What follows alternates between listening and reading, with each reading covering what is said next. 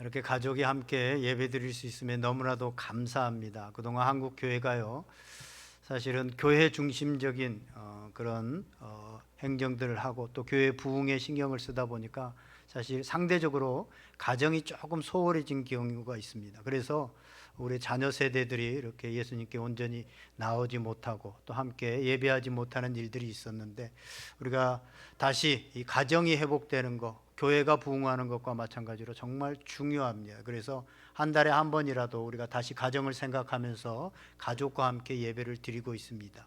아이들과 함께 예배 드리는 것이 좀 혼란스럽고 좀 부모님들에게는 어린 자녀들을 데리고 하기에는 불편한 면들도 있지만, 사실 어려서부터 이 신앙교육은 부모를 통해서 이루어져야 됩니다. 그동안 한국 교회가 주로 교회에다가 데려다가 교회에다가만 맡겨놨는데, 가다 보면 이제 중학교 청소년부로 올라가면 이제 교회 안 갈래 하는 애들이 한두 명씩 생기고, 청소년부 끝나서 청년부가 되면서 나 이제 교회 안 갈래 하는 애들이 생기면서 많은 다음 세대들을 잃어버렸습니다. 그런데 우리가 어려서부터 부모님과 함께 이렇게 예배 드리는 것을 습관하게 되어지면 자연스럽게 청년이 되고 성인이 되어져도 자연스럽게 예배 드리는 자로, 하나님을 예배하는 자로 성장하게 되어집니다.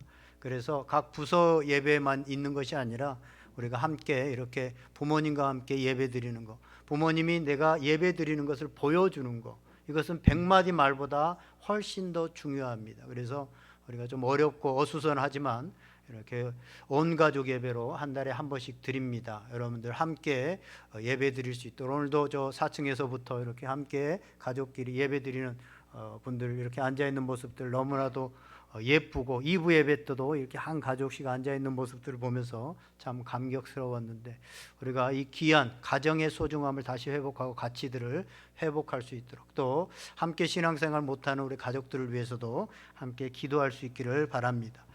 11월 온 가족 예배로 하나님께 예배합니다.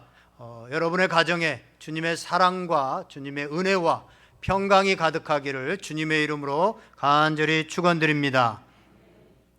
오늘 설교 제목이 뭡니까? 다시요. 왜 이제 소리가 쑥 줄어듭니까? 다시 한번 하겠습니다. 오늘 설교 제목이 뭐죠? 제가 지난주에 우리 신학교를 졸업하고 오랜만에 이 밴드에 저를 이렇게 신학교 졸업생들 동기 밴드에 초대했더라고요. 그래서 그 밴드에 들어갔더니 한 목사님의 상태 메시지에 이렇게 돼 있는 거예요. 제가 하겠습니다. 상태 메시지가 제가 하겠습니다.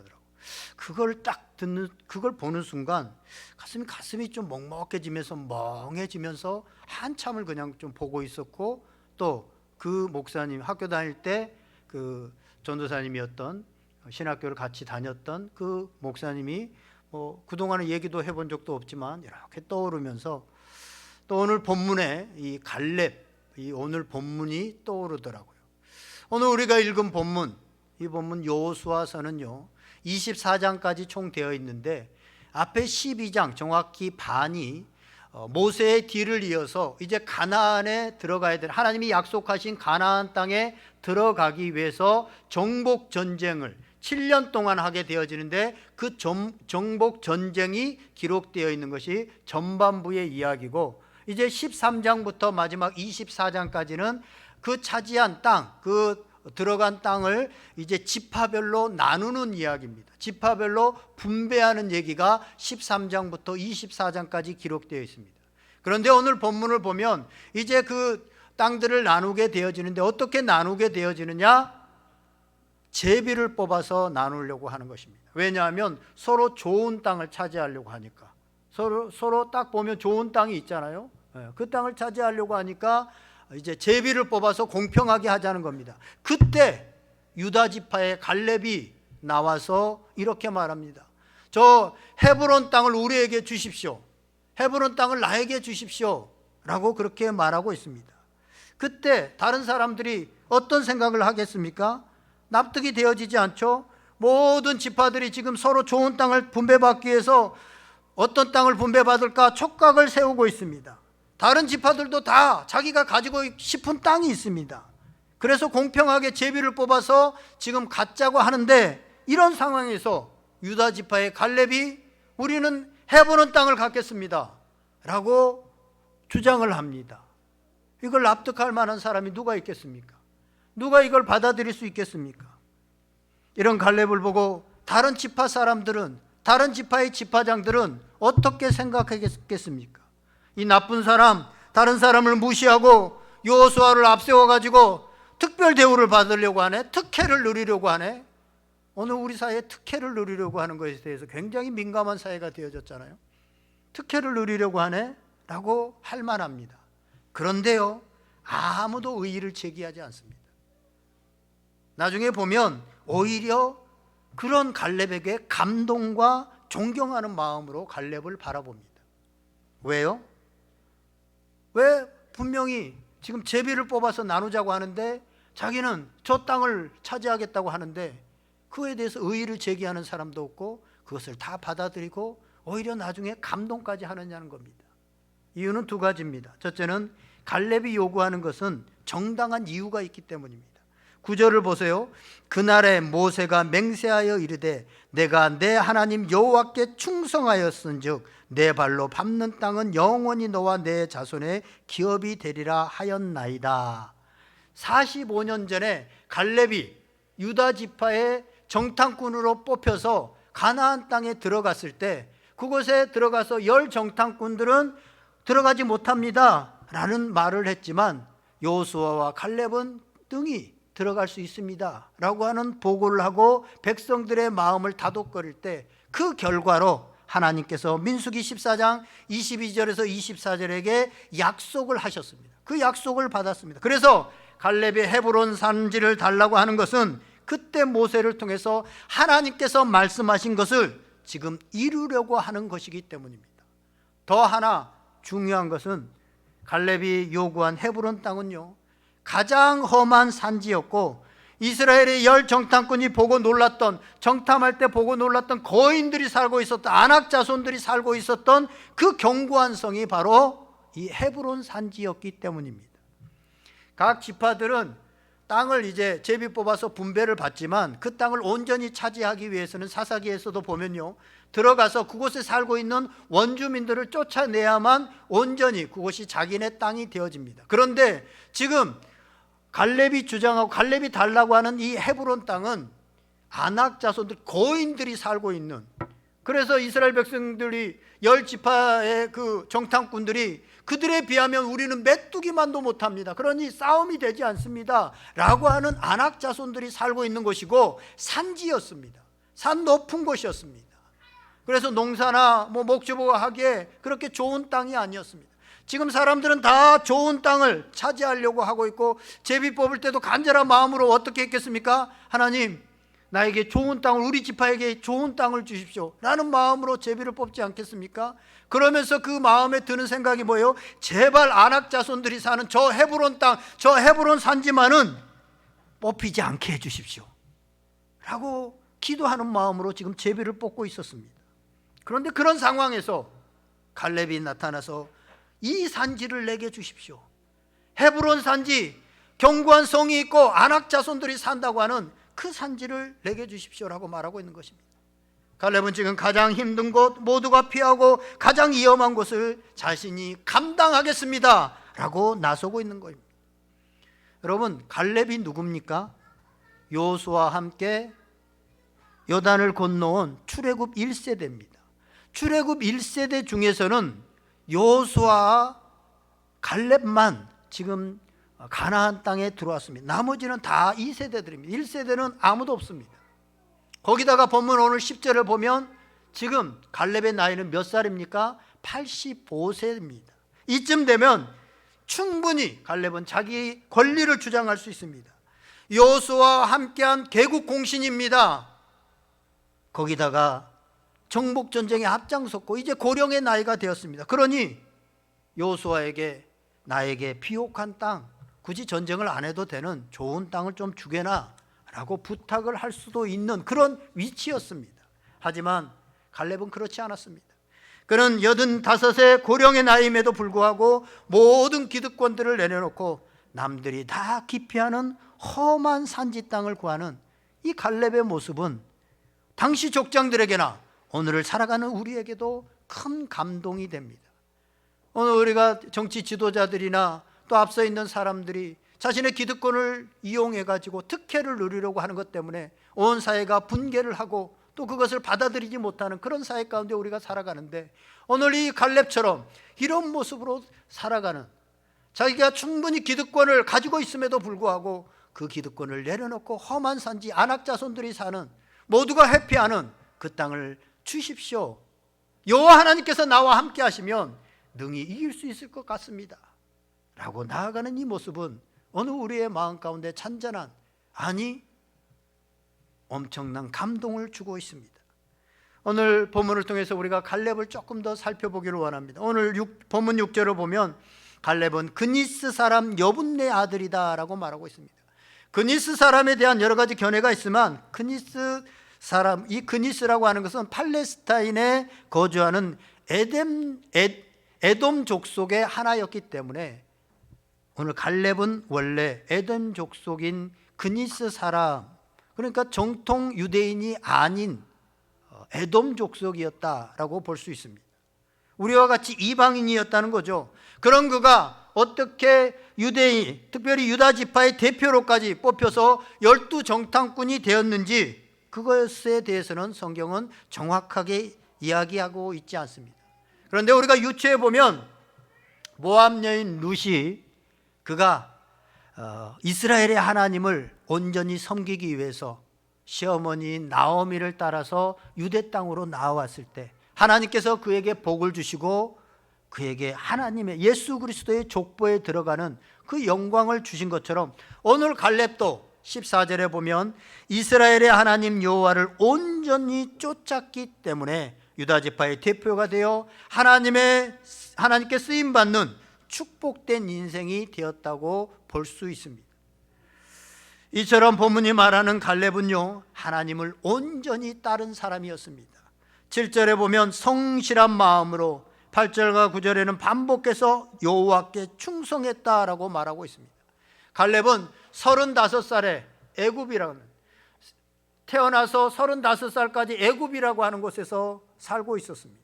그런데 35살에 애굽에서 이제 나와서 40년 동안 광야 생활을 했고 7년 동안 가나안 정복 전쟁에 참여했습니다. 그 세월 동안 내내 변함없이 충성스러운 마음을 가지고 온전히 하나님을 쫓은 사람입니다. 갈렙은 85세의 고령이 되기까지 어느 한순간도 신앙의 길에서 떠난 적이 없습니다. 그래서 자신이 여호와께 충성했다라고 반복해서 말하고 있습니다. 한마디로 그는 하나님께 변함없는 신실한 사람이었다고 하는 사실입니다. 또 갈렙은 다수의 편이 아니라 늘 하나님의 편에 섰던 사람입니다. 가나안 정탐했던 12정탐꾼 중에서 10정탐꾼이 한결같이 우리는 가나안 땅에 들어갈 수 없습니다 라고 말할 때, 갈렙과 여호수아는 우리는 가나안 땅을 차지할 수 있습니다. 왜요? 하나님께서 말씀하셨기 때문에, 하나님께서 우리와 함께하기 때문에 환경을 뛰어넘어서 우리 하나님의 말씀이 이루어질 것입니다. 하나님의 편에 서서 사람들에게 희망을 주고 소망을 주고 들어갈 수 있도록 말을 한 사람이 바로 이 갈렙입니다. 또 갈렙은 군중의 압박 속에서도 믿음으로 행동한 사람입니다. 정탐할 당시 10명의 정탐꾼이 하나님을 신뢰하지 않는 그런 보고를 하자 백성들의 간담이 녹았다. 백성들의 마음이 흔들리고 이제 소망을 잃어버리고 여기까지 왔는데 이제 어쩌란 말이냐, 이런 낙담하고 있는 상태였습니다. 10명의 정탐꾼의 얘기를 들은 백성들은 두려워하고 여호수아와 갈렙을 협박하고 가나안에 들어가는 것을 포기하고자 압박을 했지만, 그래서 돌로 치려고 했지만 그 위기 가운데서도 믿음을 잃지 않고 다수의 공격 앞에서도 하나님 편에 섰던 사람이 바로 이 갈렙이었습니다. 믿음의 사람이었습니다. 또 갈렙은 동료이자 여호수아에게 가려졌지만 한결같은 사람입니다. 성경에 보면 이 갈렙의 이야기는 정탐꾼으로 파송되어질 때, 정탐꾼으로 갈 때 얘기가 나오고 그 이후에는 갈렙에 대해서 기록하지 않다가 오늘 땅을 분배받는 이 순간에, 85세가 된 순간에 거의 45년 동안 갈렙에 대한 얘기는 성경에 기록되지 않습니다. 주로 여호수아가 지도하고 여호수아가 중심이 돼서 인도되어집니다. 여호수아의 뒤에 가려진 사람이었습니다. 그런데 생각해 보면 갈렙은 충분히 여호수아와 견주어서 지도자가 될 수 있었던 사람입니다. 여호수아를 누리고 자신이 지도자가 되어도 손색이 없는 그런 사람이었습니다. 그러나 한결같이 하나님께서 여호수아를 세웠다는 것을 믿고 여호수아를 도와서 종복 사업을 끝까지 감당했던 사람입니다. 1인자 같은 2인자였다는 사실입니다. 신약에도 이런 사람이 나오죠. 누굽니까? 바나바입니다. 사실은 바울을 사람들이 다 믿지 않고 받지 않으려고 할 때 바나바가 그 옆에서 돕고 바나바를 대변해주고 바울을 대변해주고 했던 사람이 바로 바나바입니다. 그런데 하나님께서 이 바울을 크게 쓰신다라고 하는 것을 알게 되고 깨닫게 되어지자 자신은 조용히 2인자로 자신에게 주신 사명을 감당하고 바울이 앞장서서 복음을 전하고 바울의 얘기가 성경에 기록되고 있는 것을 보게 되어집니다. 갈렙도 마찬가지로 이런 1인자 같은 2인자로 그 역할들을 감당하고 있습니다. 이 갈렙이 또 무엇보다 갈렙은 하나님이 주신 그 비전을 끝까지 붙잡고 그 소망을 가지고 나아갔던 사람입니다. 갈렙이 하나님이 주신 비전을 잊지 않고 45년 동안 기다렸다고 하는 사실들을 오늘 우리 본문 9절을 보면 잘 알 수 있습니다. 9절에 보면 그날에 모세가 맹세하여 이르되 내가 내 하나님 여호와께 충성하여서 내 발로 밟는 땅은 영원히 너와 내 자손의 기업이 되게 하리라. 하나님께서 45년 전에 말씀하셨던 그 말씀을 다시 기억하고 있고 그 말씀을 이제 와서 다시 되뇌이고 있는 것은 그 마음속에 항상 그때 하나님이 주셨던 꿈, 비전, 그것이 계속 용솟음치고 있고 살아있었기 때문에 지금 45년의 지난 이때 그때 하나님께서 말씀하신 그거, 그 약속, 그것을 다시 되뇌이고 있습니다. 또 헤브론 산지를 달라고 할 때 12절에도 그렇게 나옵니다. 그날에 여호와께서 말씀하신 이 산지를 지금 내게 주소서. 그날에 언제요? 45년 전에 그때 말씀하신 그 산지, 지금 45년 동안 그는 하나님께서 주신 꿈, 하나님께서 주신 언약, 이것을 잊지 않고 그 가슴에 기억하고 있는 것입니다. 이처럼 하나님의 사람은요, 그 꿈과 비전을 품고 있는 사람입니다. 그날에 여호와께서 말씀하신 그 마음에 그 거룩한 꿈과 비전들이 있었습니다. 결국 이 거룩한 꿈이 그의 일생을 건강하게 지켜주었던 것을 보게 되어집니다. 11절에 보면 이렇게 나옵니다. 모세가 나를 보내던 날과 같이 오늘도 내가 여전히 강건하니 그 힘이 그때나 지금이나 같아서 싸움에나 출입에 감당할 수 있으니 40살에 자신이 정탐꾼으로 갈 때나 85세가 된 지금도 내가 정신적으로 육체적으로 강건하다라는 것을 말하고 있습니다. 그가 지금 육체적으로 정신적으로 강건할 수 있는 이유는 뭡니까? 비전이 있었기 때문입니다. 이 비전이 있었기 때문에 비전이 있는 사람은요, 자기를 관리합니다. 꿈이 있는 사람은 자기를 관리합니다. 그냥 함부로 살아버리지 않습니다. 왜냐하면 그러면 꿈을 이루지 못하거든요. 그래서 그는 계속해서 신앙을 지키고 자기를 지켜나갔던 것입니다. 그래서 결국은 자기 육체적으로 정신적으로 무너지지 않고 85세가 돼도 여전히 강건하게 되어졌던 것입니다. 꿈이, 비전이 바로 그를 지켜주고 그를 강건하게 끝까지 인도했던 것입니다. 이러한 갈렙과 유다 지파에게 하나님께서 부어주신 복은요, 정말 대단합니다. 하나님께서는 절대 공짜가 없죠. 하나님께 앞장서서 그 일을 섬겼던 사람들을 버려두지 않습니다. 85세 헤브론 산지 모두가 피하는 그 아낙 자손들이 있는 산, 그것을 주십시오 라고 기도했던, 그리고 달라고 여호수아에게 부탁했던 갈렙은 결국 하나님의 도우심으로 그 헤브론 산지를 차지하게 되어집니다. 그런데 그 헤브론 산지가 이스라엘의 첫 수도로 정해지게 되어지고 가나안의 중심이 되어지고 갈렙이 속한 유다 지파를 통해서 이스라엘의 선왕인 다윗 왕이 태어나게 되어집니다. 결국 이스라엘의 다른 지파들은 다 이제 바벨론에게 망하고 아수르에게 망해서 다 사라지게 되어집니다. 그런데 유다 지파만 끝까지 남아서 나중에 돌아와서 유대인이 되어집니다. 12지파 중에 11지파는 다 사라져버리고 지금 이스라엘을 이루고 있는 유대인들이 누구냐? 바로 유다 지파의 후손들입니다. 그들을 통해서 다시 하나님의 나라를 이루고 또 하나님의 역사를 계속해서 이루어 왔던 것입니다. 또한 그 유다 지파를 통해서 결국은 예수 그리스도가 탄생되게 되어집니다. 분명히 성경에서 중요하게 여겼던 맏아들 르우벤도 있습니다. 르우벤 지파도 있습니다.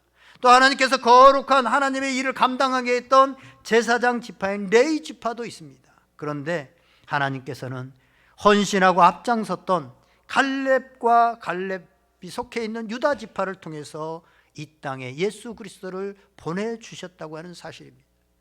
사랑하는 여러분, 나는 갈렙처럼 축복의 사람입니까? 나는 어떤 사람인지 다시 한번 자신을 생각해 볼 수 있기를 바랍니다.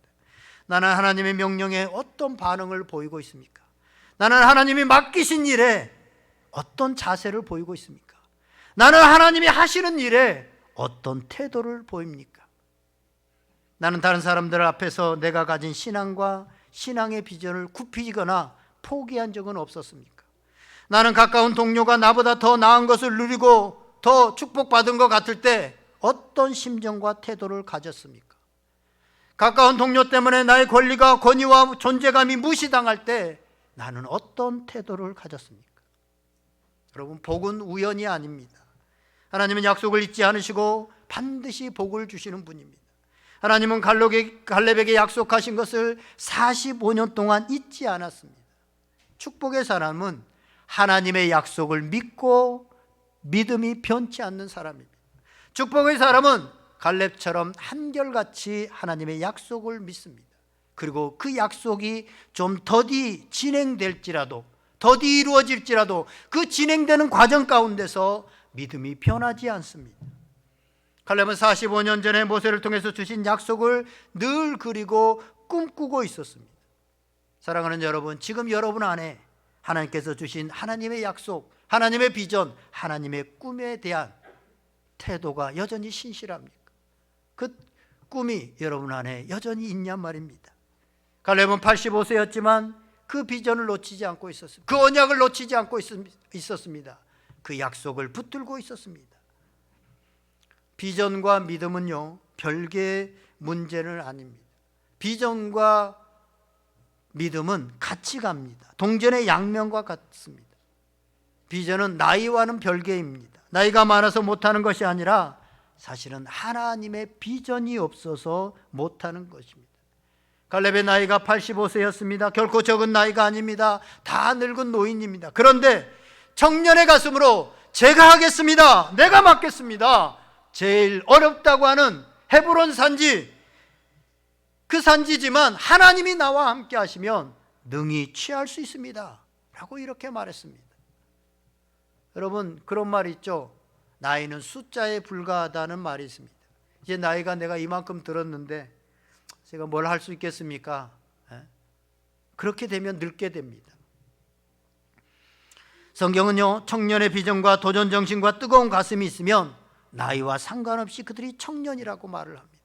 비전이 우리를 정신적으로 육체적으로 강건하게 합니다. 갈렙에게 그랬던 것처럼 갈렙이 그 비전이 있었기 때문에 85세가 될 때에도 여전히 정신적으로 육체적으로 무너지지 않고 40세 때나 나는 85세 때나 똑같은 정신과 똑같은 힘이 있습니다. 그러니 나에게 맡겨주십시오, 내가 할 수 있습니다 라고 말했던 것입니다.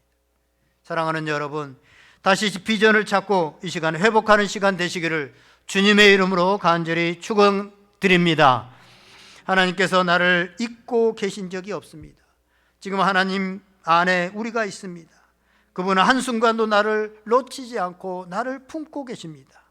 그리고 약속하신 바를 반드시 때가 되면 이룬다고 하는 사실들을 믿으시고 붙잡고 살아갈 수 있기를, 환경이 어떻든지 간에 하나님은 그것을 이루신다고 하는 사실들을, 종말에 약속하신 것들을 다 이루신다고 하는 사실들을 끝까지 붙잡을 수 있는 믿음의 사람들이 다 될 수 있기를 주님의 이름으로 축원드립니다. 건강한 가정과 건강한 교회에는 이런 갈렙이 많이 있습니다. 어릴 적 읽은 책 중에요, 이런 내용의 책이 있습니다. 두 형제가 담 하나를 사이에 두고 이렇게 살아갑니다.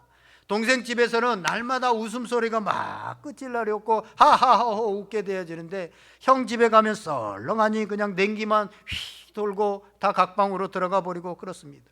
형이 동생에게 까닭을 물었습니다. 너희 집에 무슨 재밌는 일이 그렇게 매일 있어가지고 날마다 보면 그렇게 웃음이 그칠 날이 없니? 라고 물었습니다. 그러자 형님, 그것은요 제가 입고 있는 이 바지를 보면 압니다 하면서 바지를 보여주었습니다. 그 바지를 보니까 바지 길이가 무릎까지 거의 올라와 있는 그런 바지, 좀 우스운 소리, 반바지도 아니고 긴 바지도 아닌 이런 바지를 입고 있었습니다. 그러면서 하는 말이, 제가 바지 한 벌을 사다가 애들 엄마에게 주면서 줄여 놓으라고 했습니다. 그런데 애들 엄마가 바지를 놓아두고 부엌에 가서 음식을 하고 만드는 동안에 큰 아이가 그것을 듣고 줄여 놨습니다. 그 다음에 둘째 아이가 아빠가 이거 줄여 놓으라고 했었지 라고 해서 또 줄여 놨습니다. 그런데 아이들 엄마가 와서 또 그것을 이제 줄여버렸지 뭡니까? 그래서 내가 그 바지를 보고 웃을 수밖에 더 있겠습니까? 그래서 얼마나 감사하고 하하 웃을 일이지요. 그래서 형이 그 길로 가서 바지를 사가지고 집으로 돌아가서 아내에게 줄여 놓으라고 했습니다. 이튿날 바지를 보자 그대로 아무것도 줄여지지 않고 그냥 사온 그대로 있었습니다. 화가 난 형이, 여보 바지를 줄여 놓으라고 했는데 이게 어찌 된 일이요? 라고 물으니까 엄마가, 얘 큰애야, 너 아버지 바지 줄여 놓으라고 했잖아. 어떻게 된 거야? 하니까 그 언니가 동생에게, 야야 너 내가 어제 바지 좀 줄여 놓으라고 했지. 어떻게 됐어? 왜 안 줄여 놨어? 라고 말합니다. 그러자 언니의 말에 동생도 지지 않고, 엄마와 언니가 있는데 왜 내가 이걸 줄여 놓아야 돼? 라고 소리를 쳤습니다. 여러분, 잘 되는 집안은 잘 될 수밖에 없는 구조가 있습니다. 교회도 마찬가지입니다. 건강한 교회는 제가 하겠습니다 라고 하는 갈렙과 같은 충성스러운 성도들이 있습니다. 건강한 교회는 끝까지 여호와 하나님을 쫓아서 내가 반드시 복을 받고 말겠다 라고 하는 믿음의 성도들이 있습니다. 건강한 교회에는 지도자를 더 지도자답게 만드는 성도들이 있습니다. 1인자 같은 2인자들이 많은 교회가 건강한 교회입니다. 갈렙이 머무는 유다 지파라고 하는 교회는 건강한 교회였습니다. 갈렙이 있는 유다 지파라고 하는 교회는 건강한 교회였습니다. 그래서 하나님께서 그들에게 놀라운 축복을 주게 되어지는 것을 보게 되어집니다. 갈렙과 같은 건강한 하나님의 사람들이 있는 교회는 하나님이 그 교회를 축복할 수밖에 없다고 하는 사실입니다. 이제 말씀을 정리하려고 합니다. 예수님의 제자 중에 제가 몇 번 말씀드린 것 같은데 수제자가 누굽니까? 베드로잖아요. 베드로입니다. 베드로가 왜 수제자가 되어졌어요? 베드로가 배운 게 많아요? 아니면 능력이 많습니까? 아니면 베드로가 성품이 아주 많은 사람들에게 지도력을 행할 만큼 그렇게 성품이 좋아요? 성경에 나오는 베드로는 실력도 없고 성품이 그렇게 뛰어나지도 않고 또한 가진 능력도 별로 없었습니다. 그가 수제자가 되어지고 예수님께 인정받을 수 있는 이유는 딱 한 가지입니다. 예수님께서 무슨 말씀을 하기만 하면 제가 하겠습니다. 제가 물을 한번 걸어보겠습니다. 제가 예수님이 누군지 한번 맞춰보겠습니다. 주는 그리스도십니다. 언제든지 제가 하겠습니다 라고 하는 그것 때문에 수제자가 됐습니다. 그런데 그 베드로가 인생의 오점을 남기는, 예수님을 3번이나 부인했던 그런 적이 한 번 있습니다. 그때를 성경은 이렇게 말하고 있습니다.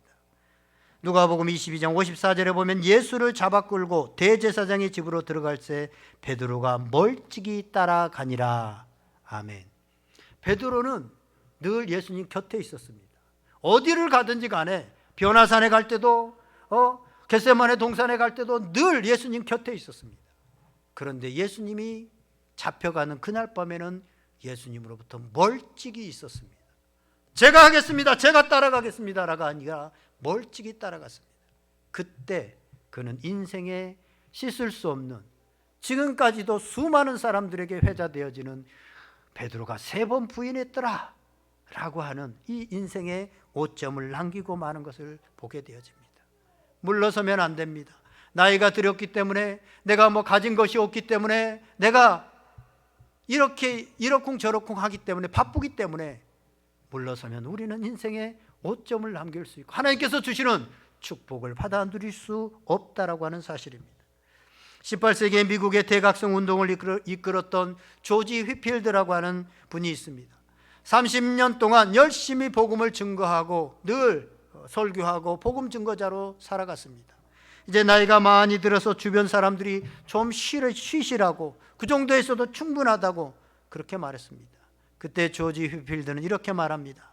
나는 녹슬어서 없어지는 사람이 되기보다는 닳아서 없어지는 사람이 되고 싶습니다 라고 그렇게 말하는 사람들에게 늘 대답했다고 합니다. 사랑하는 여러분, 나이가 들어도 괜찮습니다. 내가 능력이 없어도 괜찮습니다. 내가 가진 것이 없어도 괜찮습니다. 하나님의 약속을 굳게 붙잡고 제가 하겠습니다 라고 하는 순종만 있다면 하나님께서는 그런 성도에게 오늘 갈렙에게 주셨던 복을 주시고 그런 성도를 통해서 여전히 하나님의 일들을 이루어 가실 것입니다. 오늘날 추수할 것이 너무나도 많은 이때, 추수할 일꾼이 필요한 이때 저와 여러분이 갈렙처럼 하나님의 마음을 시원케 하는, 그래서 하나님께서 예비하시고 주시고자 하는 복을 다 받아 누리는 복된 성도들 다 될 수 있기를 주님의 이름으로 간절히 축원드립니다. 기도하겠습니다. 오늘 말씀 생각하면서 성령님께서 우리 마음 가운데 들려주시는 음성 붙들고 주님께서 약속하신 그 약속의 비전이 우리를 통해서 이루어지는 그날까지 믿음이 연약해지지 않고 그 비전 붙들고 끝까지 승리하는 인생 될 수 있도록 우리 다 같이 한번 간절히 기도하겠습니다. 다 같이 기도하겠습니다.